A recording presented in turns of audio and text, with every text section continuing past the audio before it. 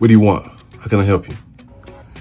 Yeah, I'm generic user. I need to talk to that field. Hey, getter, setter, who is that? Boss, don't worry about it. I got it. I got it. Let me talk to you. Come on here like a man. Yeah, I hear you in there. I'm You about to can't come get at to you. me. I'm afraid that's just not gonna happen. That field is a very, very private, very private individual. And if you want to talk to him, you gotta come through me. I'm the getter, I'm the setter, and the only way that you're gonna have access to him is you gotta come through me.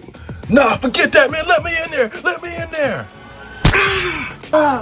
Okay. We'll go through you.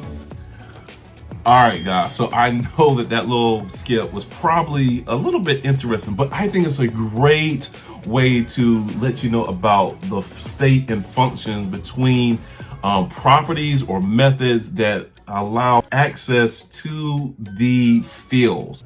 Not public though, private. That only allow access to the private fields and as members of the class. This is what we call encapsulation. Some of the advantages of using encapsulation is that it helps protect the data. It gives you better control over the control of your data.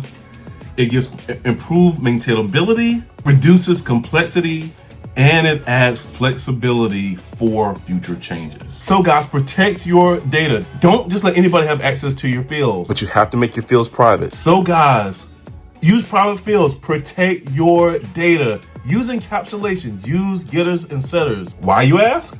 Because I said so.